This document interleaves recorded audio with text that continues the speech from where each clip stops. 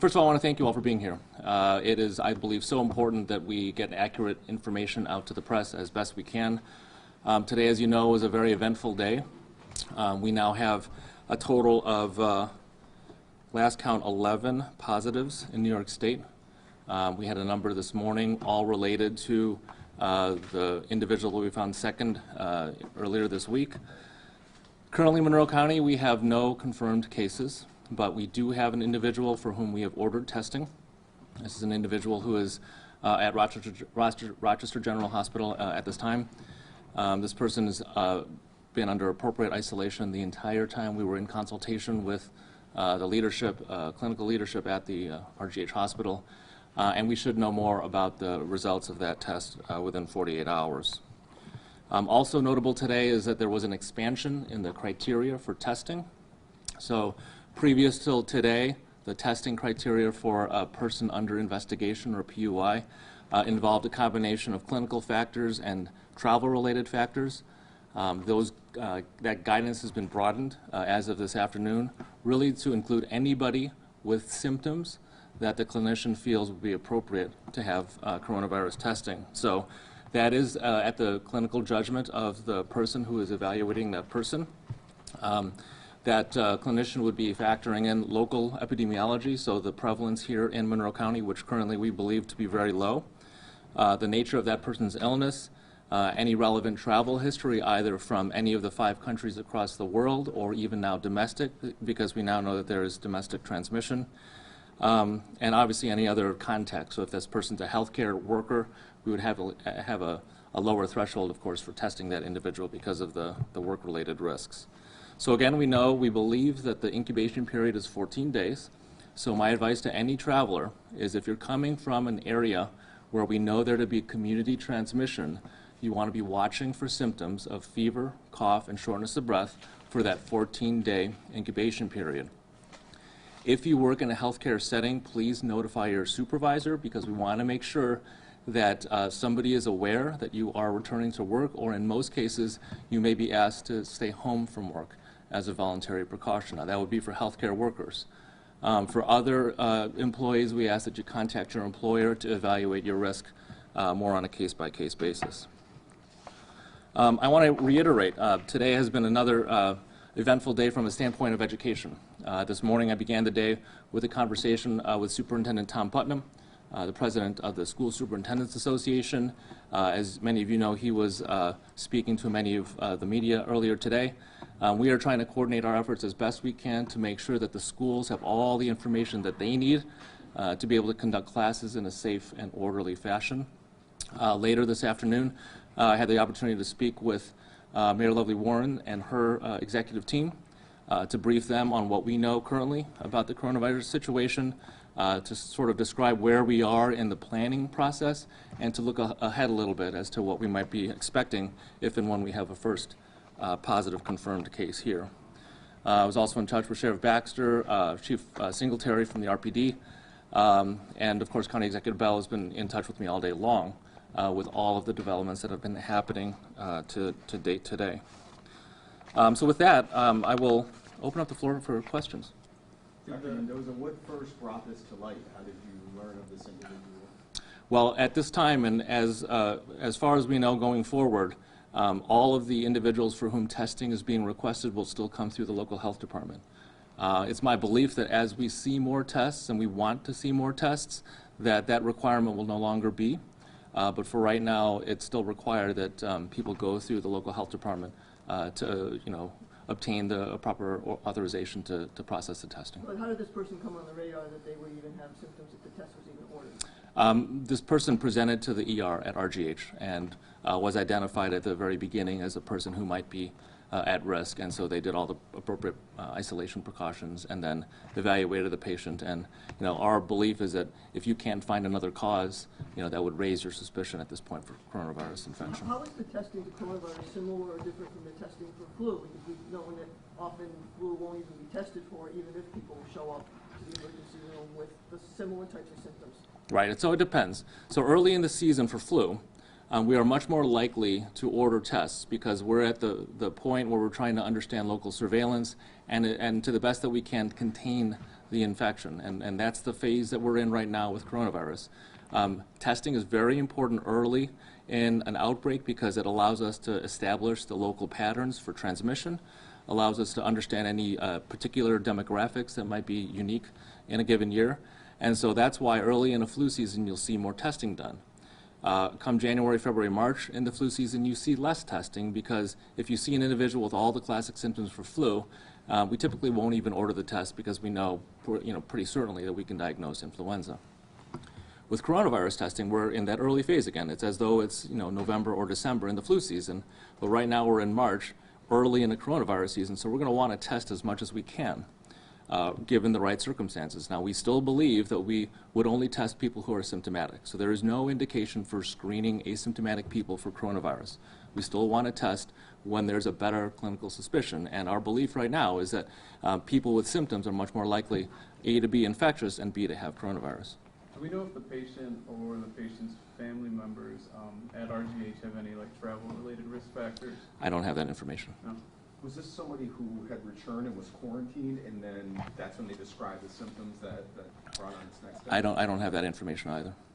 Those details are typically details that the clinical teams would be managing at the hospital. Some people, when they come back from a different country, are self-quarantined or will contact their clinician. This person came through ED, so is there a chance they're just sitting in a waiting room with a bunch of other people as well, or how exactly do they come into the hospital? Well, the policy when you have any kind of respiratory illness is that at the time of presentation in an ER, for example, a triage nurse will evaluate you, and if you're coughing, basically they will give you a mask to protect others.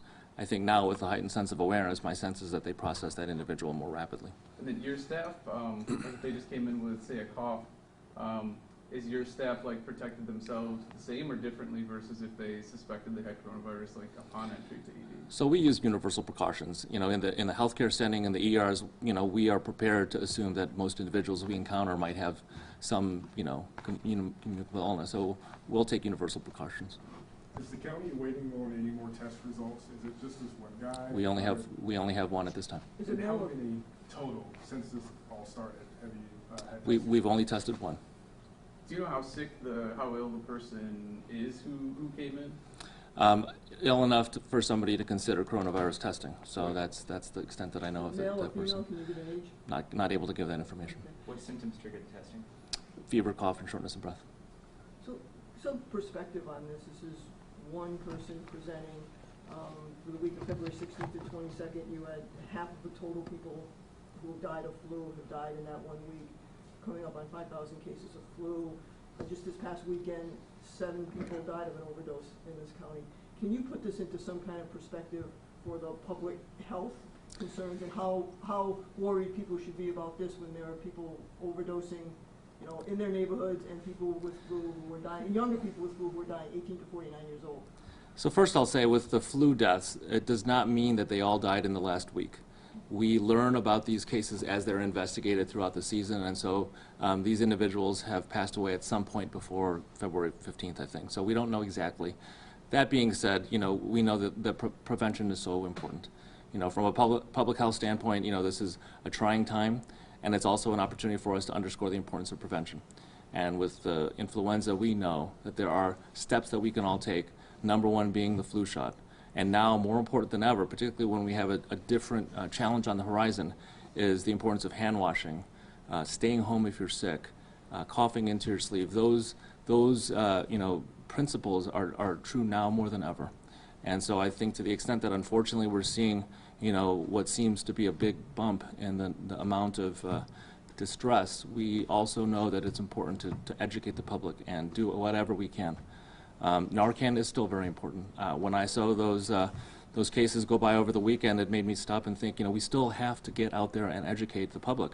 The opioid crisis has not gone away. I think my worry has always been that, we might lull ourselves into complacency by seeing, the numbers dropping, and I don't think we can do that. We need to keep a foot on the gas to make sure that we do everything we can to prevent these overdoses. Do these developments change the way you guys are preparing? Is there any sort of more urgency with your agency now that there is a possible case? We've been preparing for this. It has never been a question of if, but rather when. If and when this is, the first case, it won't be a surprise here, just like it wasn't a surprise to see in the United States or in New York State for that matter. We have plans and we've been using them, which doesn't mean we rigidly follow them, but we do have a plan so that we have a way of centering ourselves when it can feel like there's a lot going on.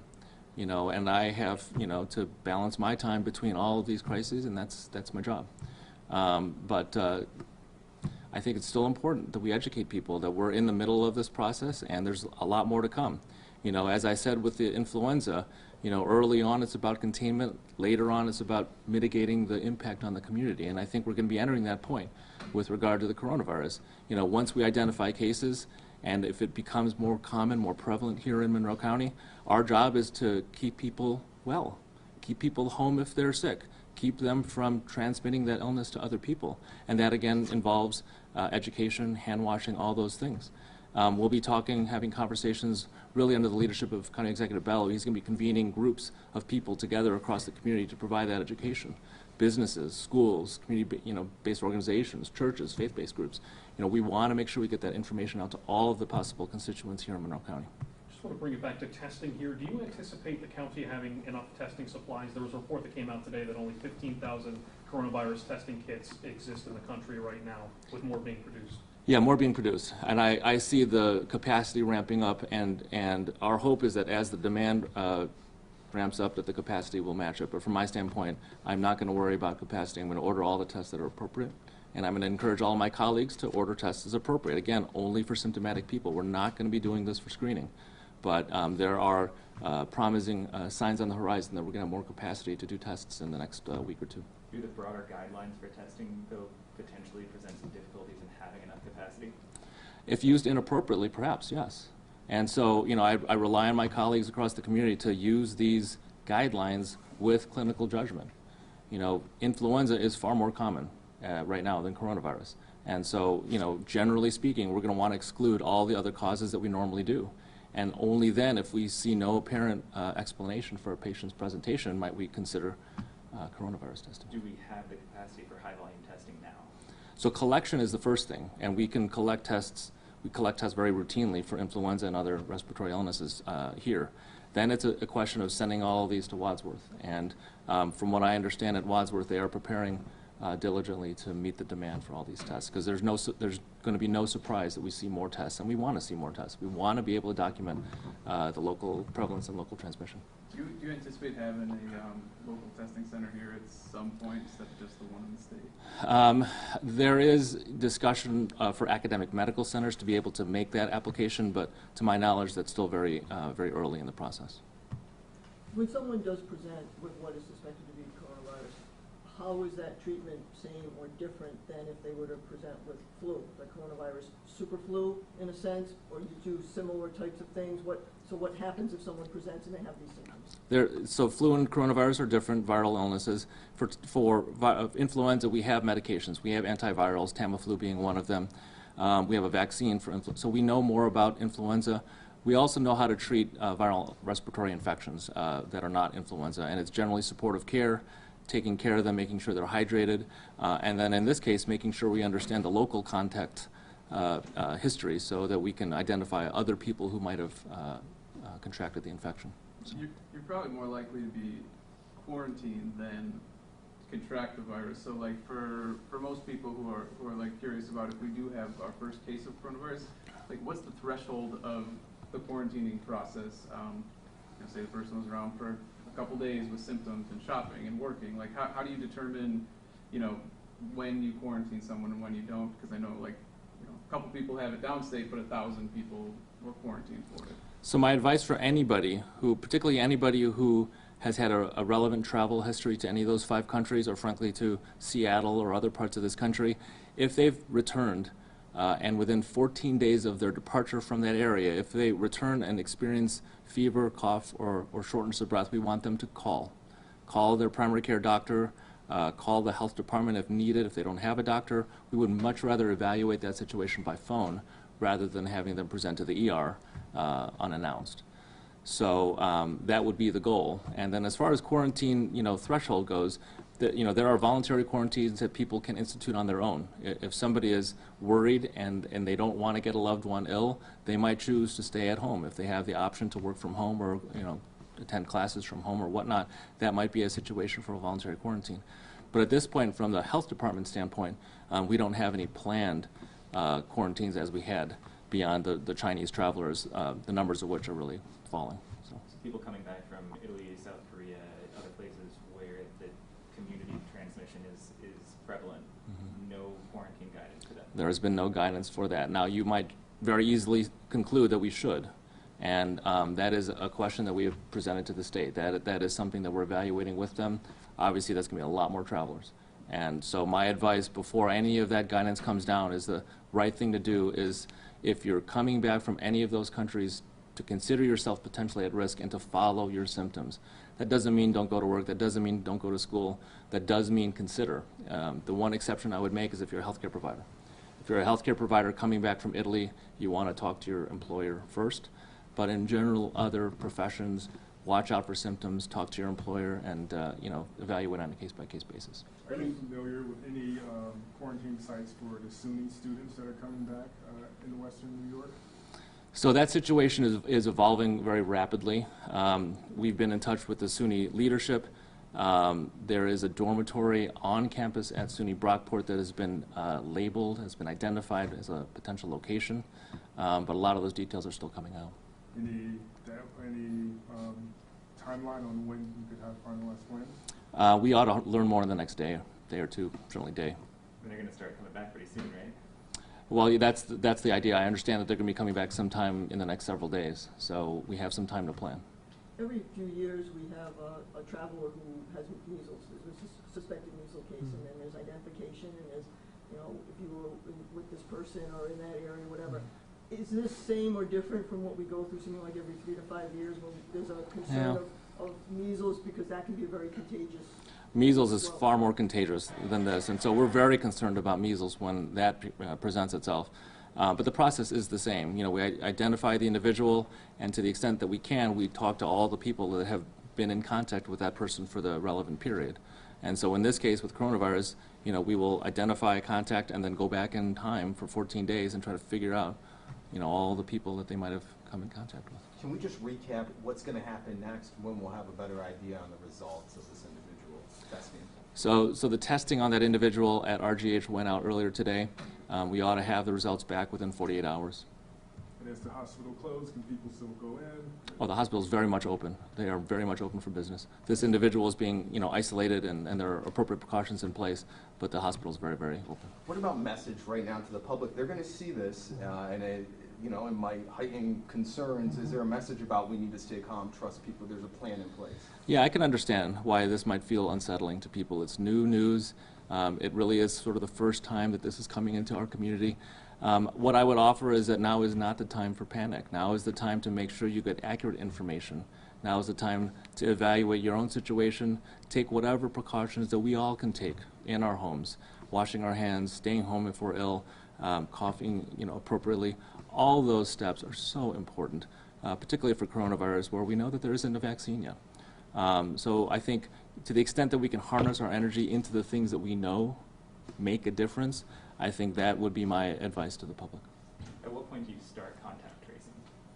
As soon as we learn about a person, yes. So there has to be confirmed. Yes, we would want to have a confirmed case before we start doing the contact tracing, yes. At the rate at which COVID-19 is spreading right now, not only in New York State but across the country, where do you see us in Monroe County 2-3 weeks from now? It's really hard to predict those kinds of things, honestly. I wouldn't be surprised if it's here sooner than that, but there's no guarantees. If we do a good job containing, there's hope that we can avoid it. But honestly, I need to prepare as though it's coming, because I think that's my job. Flu peaks and seems to go away. We get it in winter. And what is known about coronavirus something similar? That this is I don't want to say like a seasonal type of thing, but it will ebb and flow as climates change, temperatures change in the areas where it's now being seen. So we're still learning a lot about the SARS-CoV virus. We don't have that information at this time as to whether it's going to be seasonal or not.